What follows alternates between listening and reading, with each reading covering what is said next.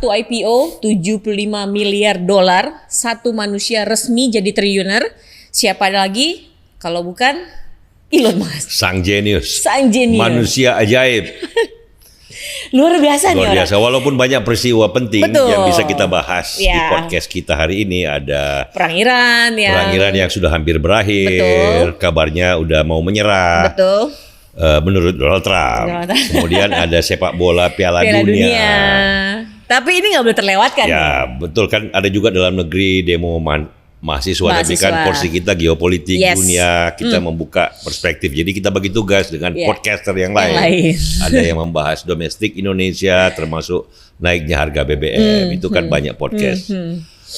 Tetapi yang dunia globalisasi, tokoh-tokoh jenius, tokoh-tokoh penting, peristiwa perang kan, yaitu tugas kita untuk menjelaskan kepada netizen. Freedom Podcast, Mel. Iya, betul Bang. Nah, jadi yang salah satu yang terpenting, banyak banget yang penting sekarang. Banyak banget, tapi ini kita harus milih. Menarik. Besok kita bisa bahas Iran. Kalau ada perkembangan baru, kita akan bahas, dan mungkin minggu depan sepak bola, aspek geopolitik, global entertainment, persaingan antar negara di lapangan hijau itu kan seru. Dan kita juga berlangsungnya di Amerika juga kan. Amerika. Bayangin ada kalau Iran juga pesertanya. Bayangin kalau tim Amerika ketemu tim Iran. Nah. Tahun 98 pernah loh ketemu, tapi sekarang kan lebih seru lagi kalau ketemu. Lagi, kan? Makanya. Atau nggak usah lah ketemu, tapi kan the fact bahwa tim Iran bisa masuk Amerika bertanding di Los Angeles misalnya, mungkin kalau lolos grup di mana lagi gitu kan. Itu kan seru banget.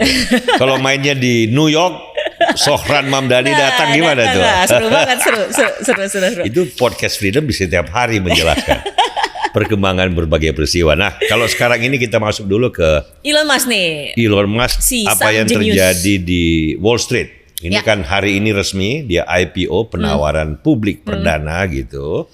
Dan ini memecahkan rekor dunia lagi sepanjang sejarah. Paling gila ini sepanjang sejarah. Paling gila ini ya. Sepanjang sejarah IPO dia raise, artinya mengumpulkan dana dari penjualan saham perdana ini 75 miliar dolar, dan bisa menjadi sekitar 80-85 miliar dolar tergantung beberapa perkembangan di jam-jam terakhir. Itu kan kira-kira 1.400-1.300 triliun sekali pukul. Jadi ini yang terbesar sepanjang sejarah. Sebelum ini kan beberapa tahun lalu itu perusahaan minyak Arab Saudi Aramco. Tapi itu kan cuma 26 miliar dolar. Ini 3 kali lipat dari itu. Jadi dengan ini Elon Musk kan karena perusahaannya meningkat, valuasinya menjadi 1,7 atau 1,8 triliun US dollar. Dia menjadi resmi on the border orang pertama yang punya kekayaan, wealth. Itu 1 triliun US dollar. 17.000 triliun sekian rupiah gitu loh. Jadi ini arti angkanya tuh kayak gimana sih Bang? Ya ini besar, tapi kan yang penting gini menurut saya ya. Di sini dia memecahkan rekor di Wall Street, financial stock market. Dia sudah memecahkan rekor di teknologi mobil listrik, teknologi SpaceX.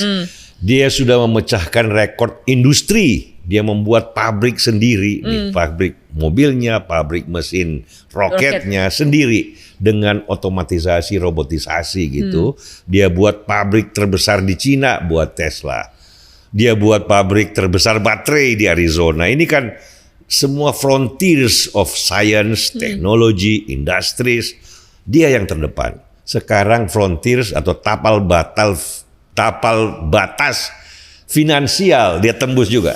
Dia orang pertama yang raise 75 billion US dan orang pertama yang menjadi triliuner.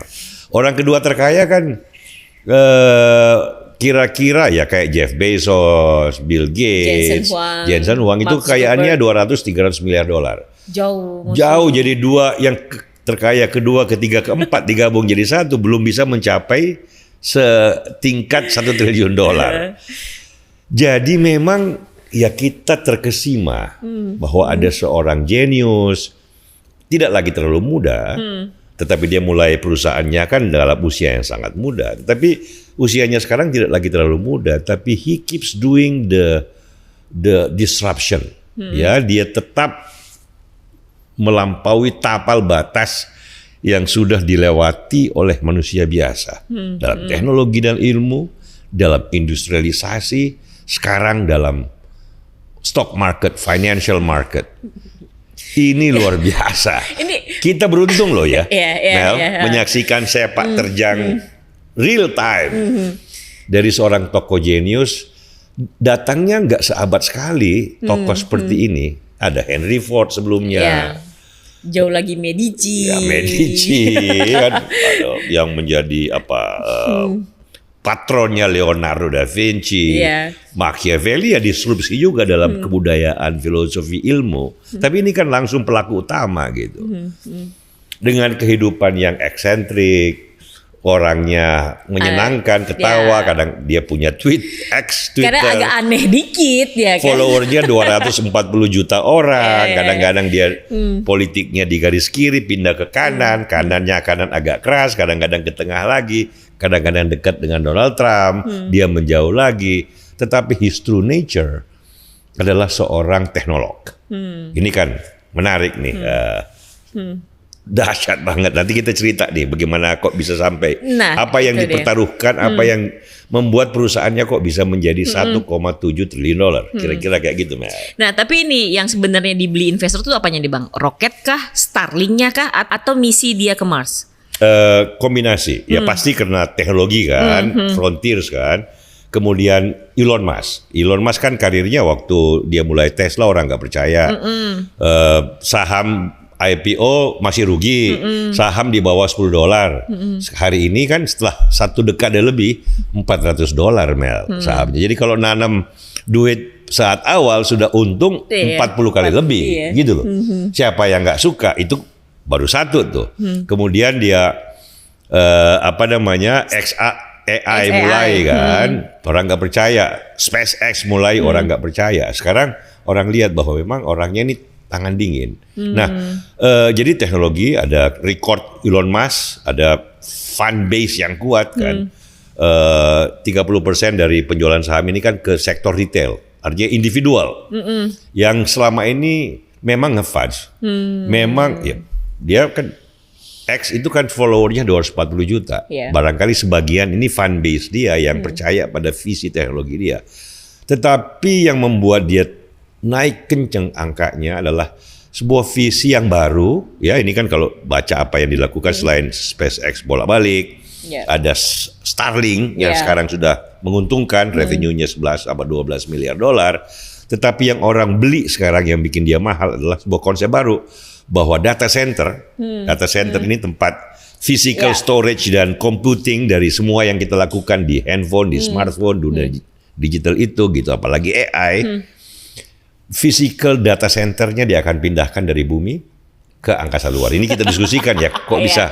Jadi antariksa yang kosong melompong itu, dia jadikan tempat storage dari compute dan memori yang buat handphone kita itu yang emang pikirannya tuh jauh banget ke depannya. Luar angkasa kan karena dia sudah punya alat transportnya kan. Dia sudah kalau sudah roketnya sudah jadi, apalagi yang Starship-nya jadi, dia bisa mengangkut 50 satelit sekaligus. Satu satelit yang untuk AI processing itu kira-kira kayak bus lah, satu bus kecil. Jadi dia bisa bawa 50 sekaligus. Dia akan pasang 1 juta melingkari bumi. Matahari nanti kita diskusikan. Tapi visi tentang data center yang mungkin dilakukan di antariksa bukan lagi di bumi, itu tiba-tiba membuat orang berpikir kalau itu mungkin, maka ini bisnisnya akan puluhan triliun dolar ke depan. Karena sekarang pun yang namanya perlombaan membangun data center di mana-mana, di Amerika, di Eropa, di Asia, di Indonesia, itu bisnisnya triliunan dolar sudah. Kalau di Amerika kalau nggak salah 800 miliar dolar investmentnya tahun lalu. Nah, orang kan kebayang, ini kan baru awal. Orang kan nggak akan pernah berhenti memakai handphone. Digital revolution itu kan nggak pernah berhenti, akan berkelanjutan terus. Belum lagi robotics, belum macam-macam. Sehingga orang lihat bahwa kalau ada perusahaan yang bisa monopoli antariksa, yang punya kekuatan monopoli dalam pengertian satu-satunya yang paling mungkin melakukan, maka bisnisnya ke depan itu puluhan triliun US dollar. Dan mereka lihat sekeliling hanya SpaceX yang sekarang bisa melakukan. Sekarang aja dari dari sekian banyak satelit di ruang angkasa, 60% itu milik SpaceX. 60%. Jadi total domination of the outer space by a single company. Nah, kalau ini bisa mereka lakukan lompatan berikutnya, data center on the outer space, itu kan dahsyat. Belum lagi Elon Musk bilang, sebenarnya setelah antariksa kita juga mau bikin pabrik di bulan. Makin mampus lagi orang terkejut-kejut. Siapa yang mau ketinggalan? Siapa yang mau ketinggalan? Nah, jadi jangan lupa perdagangan saham di Amerika setiap hari itu $1 triliun. Jadi kalau cuma mencari 75 miliar dolar, kan nggak ada 10%-nya dari perdagangan harian di bursa saham di Amerika Serikat. Sehingga karena skala ekonomi Amerika Serikat begitu besar, sehingga adanya perusahaan kreatif yang seperti ini mengumpulkan 100 miliar dolar, 200 miliar dolar, itu bukan hal yang terlalu. Kalau di Indonesia kan susah. Karena perdagangan kita aja kurang dari itu gitu. Eropa juga susah. Tapi stock market Amerika, kapitalisme Amerika yang begitu dynamic itu memungkinkan perusahaan seperti SpaceX yang banyak memang based on science, ya, tetapi banyak juga sekarang masih berdasarkan harapan dan spekulasi imajinatif dari seorang penemu seperti tapi Elon itu Musk. kenapa?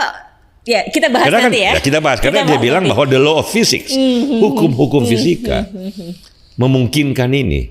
Belum tentu bisa, tapi secara hukum fisika bisa dicoba dong. Kalau hukum fisikanya berkata bahwa it is possible. Gitu loh kira-kira cara berpikir. Oke, sebelum kita lanjut, saya mau ingatkan kembali kepada teman-teman Freedom untuk mengunjungi Perpustakaan Umum Freedom Institute di Wisma Bakri 1, Jalan HR Rasuna Said, Kuningan, Jakarta Selatan. Tempatnya asik, nyaman, dingin, koleksi buku up-to-date. Bacaan tentang Elon Musk, ada biografi. Betul. Atau Steve Jobs, pendiri Apple, ini kan dua icon dalam teknologi digital dan terbaru gitu ya, dari Silicon Valley dan sekitarnya. Itu ada di perpustakaan, silahkan. Selain itu juga banyak buku-buku lain. Soal Wall Street juga ada tuh. Timur ekonomi. Tengah, Iran juga ada. Iran juga ada. Amerika ada banyak pokoknya. Jadi teman-teman silakan berkunjung, gratis, nggak dipungut biaya apapun. Jadi tempatnya juga asik, bisa bikin konten, silakan aja. Iran kan mau nyaingin teknologi Amerika. Jadi bisa nggak dia bikin roket yang bisa bolak-balik data center di angkasa? Dia drone aja. Drone 100 juta punya, pasukan nyamuk. Pasukan nyamuk. Punya nggak dia tokoh jenius kayak Elon Musk? Itu dia. Adanya mullah dengan para jenderal. Ya banyak sih yang mengagumi Iran, perkembangan teknologi dahsyat. Udahlah. Itu dari Cina ya sebenarnya? Dari Cina aja belajarnya. Cina dari Amerika. Cina belajar dari Amerika gitu loh. Itulah para kaum fanatik Iran nggak ngerti perjalanan sejarah ilmu dan teknologi gitu. Apa yang dia banggakan dalam hal itu. Aduh, oke Bang.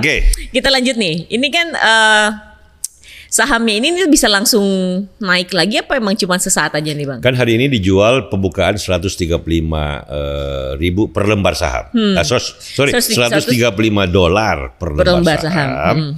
Yang sudah mengejutkan sebenarnya. Elon Musk kan dengan cara baru. Biasanya kalau mau masuk penawaran itu dikasih range antara 100 sampai 150. Ini enggak, dia bilang $135 aja, take it or leave it. Lu nggak senang jangan beli, lu senang ya beli. Ternyata 4 kali lipat animo yang diharapkan gitu loh. Nah, karena itu pembukaan hari ini menarik untuk melihat.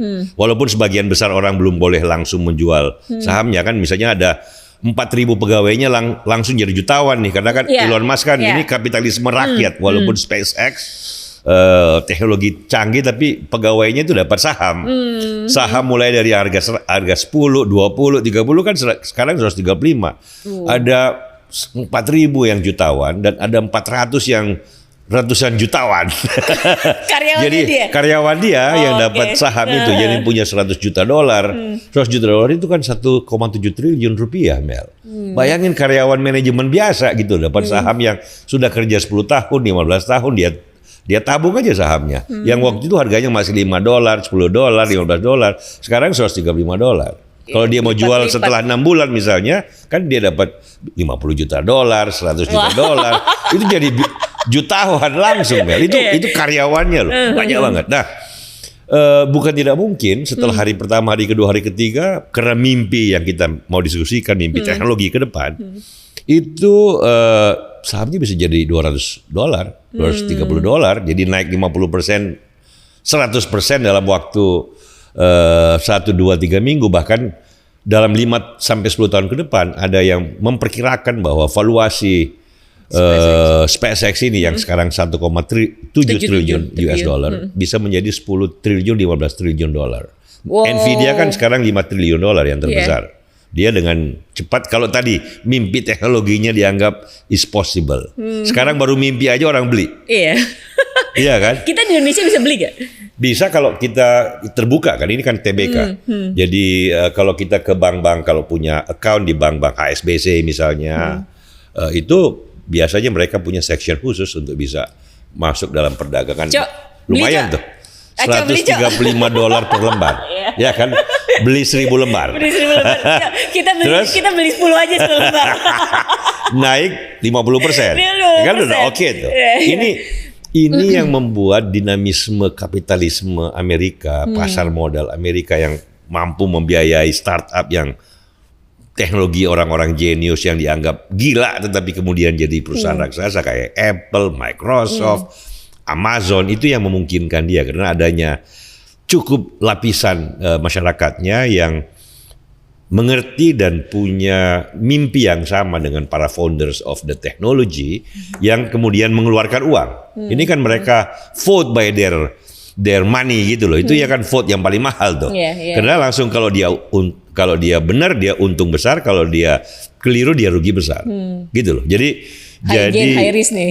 Ini kan by nature of technology startup gitu kan.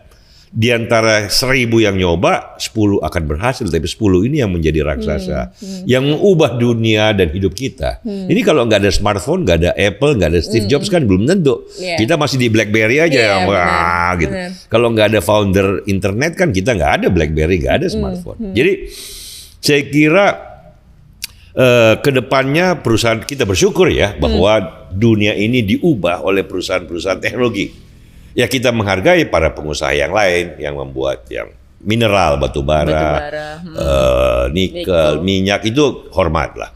Tetapi kan ini penciptaan sesuatu yang baru, Mel, dari nol menjadi sesuatu gitu yang mengubah hidup kita, dan itu kan menciptakan gain, keuntungan bukan hanya bagi para pegawai SpaceX yang jadi jutawan, tetapi bagi semua orang gitu loh. Termasuk nanti pada akhirnya kita kalau berhasil nanti data center di antariksa kan dampaknya bagi humanity luar biasa. Kalau kata-kata dari Elon Musk, dia mau memperkenalkan consciousness in the outer space.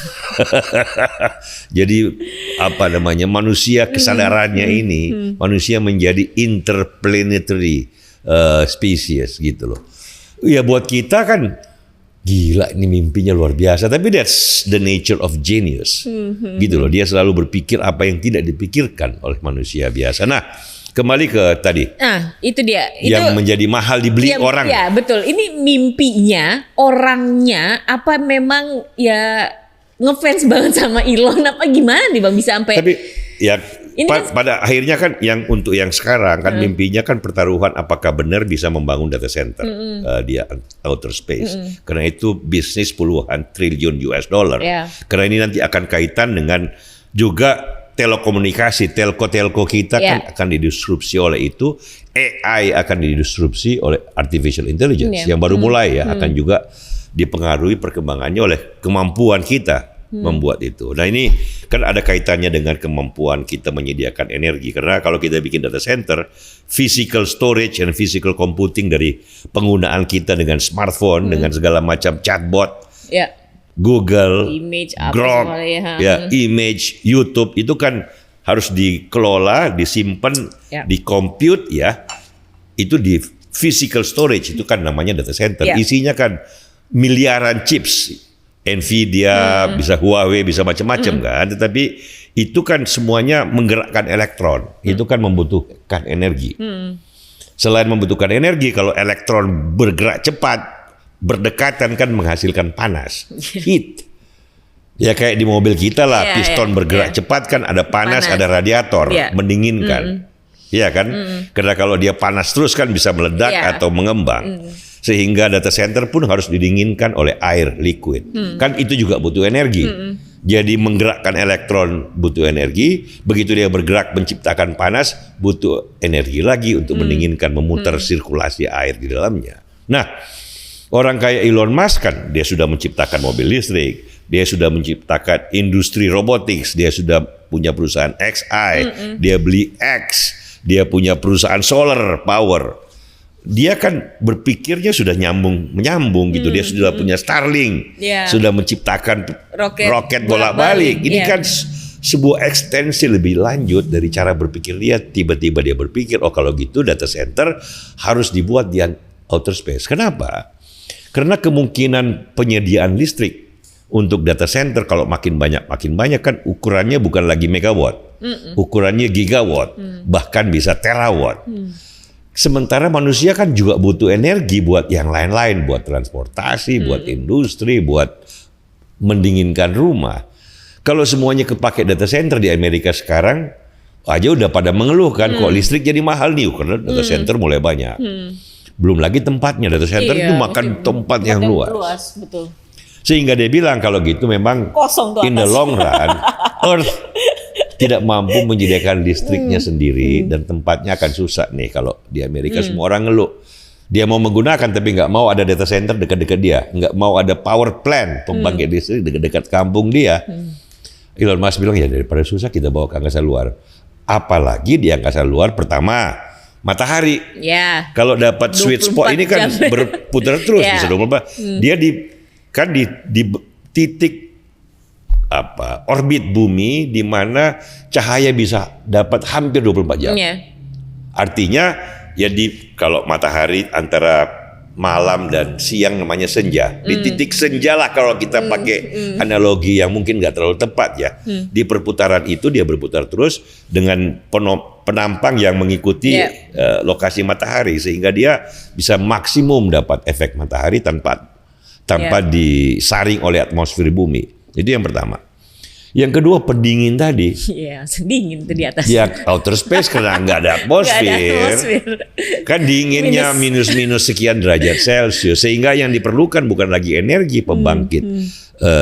Sudah ada solar kan untuk menggerakkan elektron. Tapi pendinginnya cukup pakai radiator yang terpampang udara yang minus itu. Sehingga secara otomatis dia bisa mendinginkan chips yang tadi kepanasan. Dan dia sudah punya alat pengangkutnya kan. Dan kalau di data center di bumi antara chips ini kan ada kabel, ada fiber optik.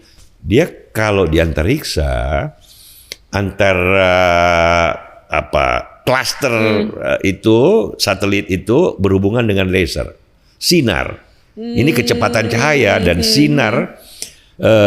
Foton itu bergerak dalam ruang yang vakum, antariksa kan vakum, itu lebih cepat ya, walaupun sedikit lebih cepat dibanding di fiber optik di bumi, karena kan fiber optik kan kaca, ada semacam disrupsi atau perlambatan sedikit karena mediumnya kaca. Tapi kalau mediumnya laser di vakum itu maksimum kecepatan cahaya pergerakannya. Jadi antara satelit bahwa dia pikirkan itu. Amazing. Iya kan? Amazing. Itu orang genius, man. Amazing banget. Itulah, dan dia bilang, ini bukan cuma breakthrough teknologi. Ini bisnisnya dahsyat, dia bilang. Raksasa kalau memang jadi. Semua orang bilang, iya deh, lu udah buktikan lu bisa Tesla. Lu udah buktikan lu bisa roket, SpaceX roket, Starlink, ya kan, Falcon 9. Lu bisa buktikan lu bikin gigafactory baterai. Lu bisa buktikan lu punya AI. Lu beli Twitter jadikan X, ternyata hidupnya bagus. Gue percaya deh, gue beli saham lu. Itulah yang dong gitu loh. Ya kita bersyukur Mel, kita menyaksikan dari dekat. Walaupun kita nyesel juga kenapa kita nggak beli saham SpaceX dari dulu ya. Padahal saya pernah ke kantor SpaceX di Houghton sama di Boca Chica, tempat peluncuran. Kan ada foto yang barangkali bisa diperlihatkan. Kebanggaan pribadi Mel. Ketemu dengan Gwynne Shotwell, presiden SpaceX yang sampai sekarang masih presiden, tangan kanannya Elon Musk.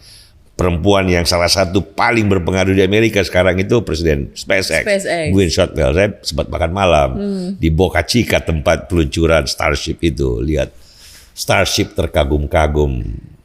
Nah, memang in the end of the day dia manusia kayak gini lahir sahabat. Satu udah bagus. Satu abad udah 100 bagus. tahun udah 100 bagus. tahun udah bagus. Kita nggak tahu abad berikutnya Elon Musk-nya seperti apa. Seperti kan dulu ada Marconi, ada Steve Jobs, ada Henry Ford, ada lebih jauh lagi kan macam-macam inventornya. James Watt, ya. Ya kita bersyukur di awal abad 21 ini generasi kita menyaksikan, umurnya kan sama dengan saya, kira-kira 62, 61, 63 Elon Musk. Kelahiran Afrika Selatan, mengungsi ke Kanada, kerja serabutan, masuk ke Amerika pakai beasiswa di Pennsylvania, dia ke Stanford, dia keluar dari studi S3 fisika terapan, dia bikin perusahaan sendiri, sekarang dia sukses gilang gemilang. Dahsyat, bukan hanya orang terkaya, orang dengan frontiers of technology di 3 sektor, teknologi, industri, sekarang pasar modal. Disrupsi juga, dahsyat. Luar biasa. Roketnya ngalahinnya negara lagi, bukan ya, kayak perusahaan. gini-gini kan kita bermimpi Indonesia satu waktu bisa pesan Nusantara, Bang. Ekonominya. Kita juga menghimbau Iran nggak usah terlalu tepuk dada dengan segala macam drone, pasukan nyamuk, yang udahlah ikutlah arus dunia, belajar kompetisi rame-rame dalam sebuah dataran yang memang Cina pun ikut kompetisi, belajar dari Amerika, belajar dari orang seperti Elon Musk kan. Elon Musk kan populer banget di Cina. Populer banget. Waktu dia ikut ke Beijing kan, banyak yang sama selfie. Donald Trump kan, orang selfie. Pimpinan Xiaomi aja selfie yo. Jadi suatu waktu barangkali pimpinan perusahaan di Iran juga selfie sama Elon Musk. Tapi terbuka dulu dong. Damai dulu dong. Jalan baru dulu, jangan teokrasi sama militerisme gaya lama kayak gitu. Udah nggak ini kayaknya kalau kayak gitu-gitu ya. Udah nanti kita bicara Iran. Ini masih banyak yang pengen denger di soal Iran. Tapi kita sekarang soal teknologi dulu dan bisnis global. Jadi pesan Nusantara adalah bahwa ada anak muda kita ya, berani aja berpikir out of the box. Kalau orang bilang, lu mimpi lu. Kalau memang you think it's right and you know how to do it, membaca yang banyak, mendalami ilmu dan pengetahuan yang banyak, kreatif, punya visi tentang bisnis, tentang teknologi, gabungkan. Ini kan tipikal Elon Musk. Walaupun orang bilang kayak Elon Musk waktu mulai Tesla, mimpi lo, mulai SpaceX, mimpi lo, saingan lu NASA, negara ini. Makanya. Cina, Soviet, Rusia dulu kan Soviet. Mimpi lo, dia bilang, yes, maybe I'm dreaming, maybe my chance of succeed is only 10%. But I will do it anyway. 10%. I will do it. Dia pertaruhkan semua hidupnya untuk itu. Jadi bukan hanya Tesla, SpaceX. Dan sekarang IPO jadi tergila sepanjang sejarah. Anak-anak Indonesia ya berani bermimpi, berani berpikir out of the box. Dream big. Mumpung masih muda. Kan mimpi itu kan nggak bayar. Ngapain takut bermimpi? Betul banget. Tetapi jangan cuma mimpi. Elon Musk kalau perlu tidur di pabrik Tesla itu untuk menyelesaikan satu persoalan teknikal sampai beberapa hari. Tidur di sofa. Udah miliuner masih mau tidur di sofa untuk menyelesaikan sebuah masalah-masalah yang konkret, keinsinyuran, kerekayasaan.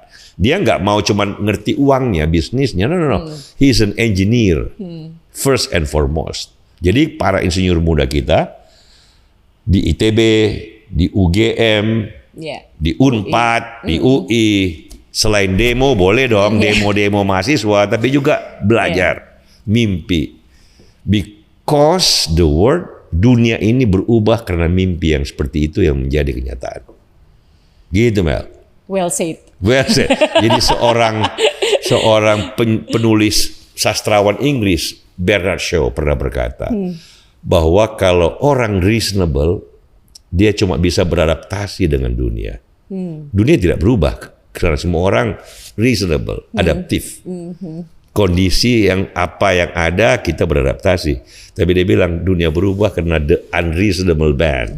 Orang-orang yang mimpi kayak Elon Musk nih. Orang bilang lu gila loh, unreasonable. Tapi karena dia berani bermimpi, dia wujudkan mimpinya, maka dunia berubah. Gitu Mel kira-kira kan. Cakep. Oke baik, Aco, kita beli berapa lembar saham? 3 lembar saham. 3 lembar saham, $135 satunya. Oke baik, Bang Jeli terima kasih. Terima kasih teman-teman Freedom yang sudah bergabung. Demikian Top News International Freedom Institute. Sampai jumpa.